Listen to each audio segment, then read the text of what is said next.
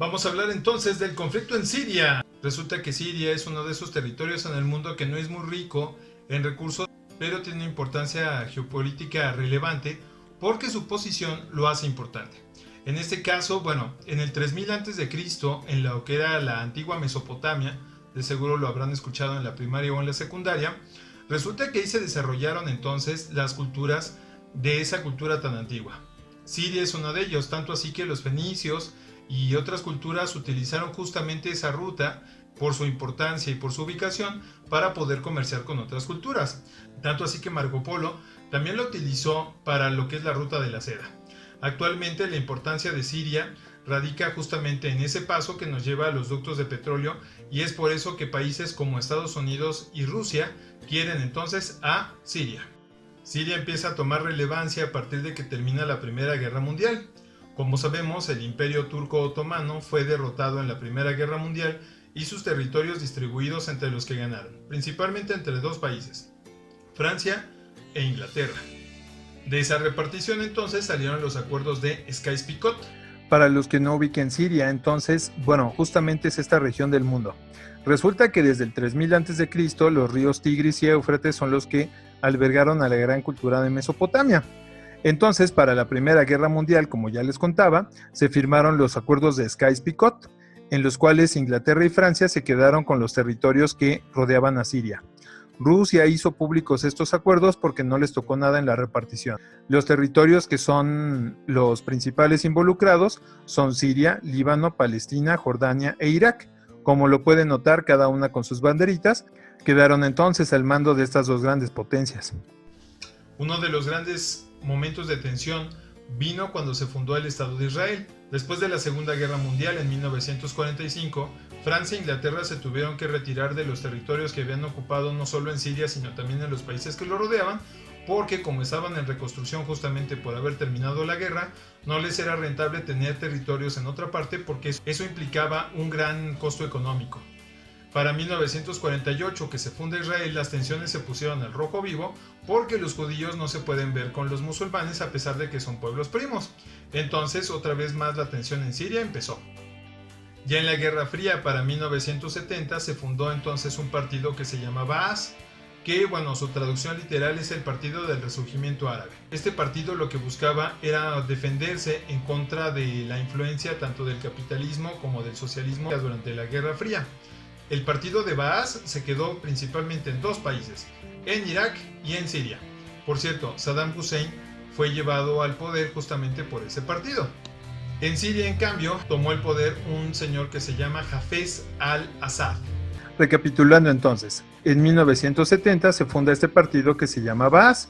Este movimiento, como les decía, quiere entonces defenderse en contra de la ideología capitalista y comunista de forma correspondiente tanto con Estados Unidos como con la URSS.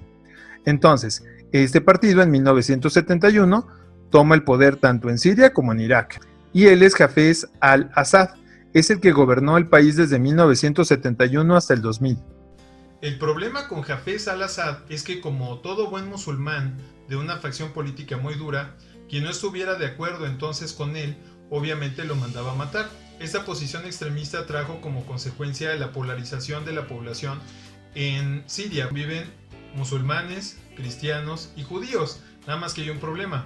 Dentro de los musulmanes hay unos que son tremendamente privilegiados, quiere decir que tienen dinero, educación, tierras y demás, y otros que no lo son tanto.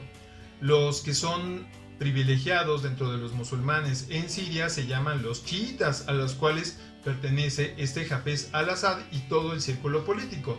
En cambio, los sunitas, que son más o menos el 70% de la población en Siria, son musulmanes pobres. Hafez al-Assad murió en el año 2000 y entonces tomó el poder su hijo, Bashar al-Assad.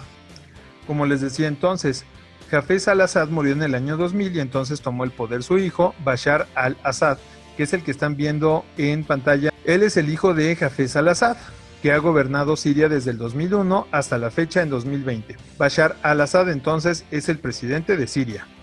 El problema en Siria es que los sunitas, al ser mayoría en la población, pero no tienen tantos privilegios como los chiitas, empezaron entonces una guerra civil.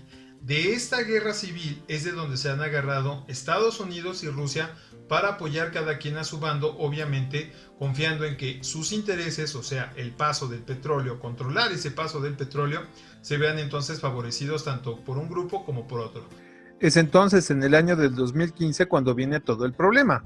Todas estas imágenes que nos han llegado de Siria, donde la gente obviamente se ve afectada por todo lo que es la destrucción en la guerra civil entre chiitas y sunitas, son justamente las imágenes que hemos tenido entonces del país. Por eso es que un montón de migraciones se han dado a los países de Europa, porque las personas obviamente que no tienen nada que ver con el conflicto y que no quieren pelear, obviamente se van a otro lugar. Países como Rumania, Polonia, Holanda, Portugal se han visto afectados porque han llegado entonces las personas sirias. Los reclamos de esos países han sido en que posiblemente dentro de las caravanas migrantes de los sirios también hubieran terroristas, cosa que no se sabe con exactitud. Justamente voy a explicar entonces cuáles son los grupos que están en Siria.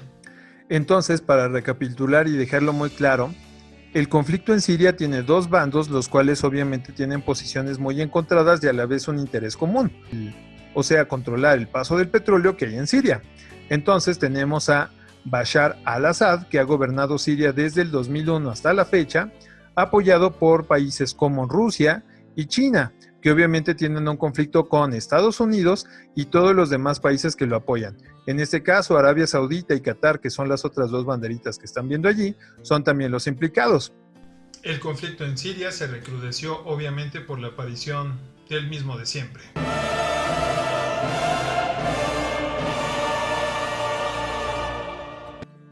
Los estúpidos de los gringos, con tal de desestabilizar el gobierno de Bashar al-Assad, incentivaron la creación de grupos terroristas que provenían justamente de Al-Qaeda, o sea de Afganistán, para poder infiltrarse dentro de Siria. A ese grupo terrorista, que es muy famoso ahorita en 2020, se le conoce como el Islamic State of Iraq and Syria, o sea, ISIS.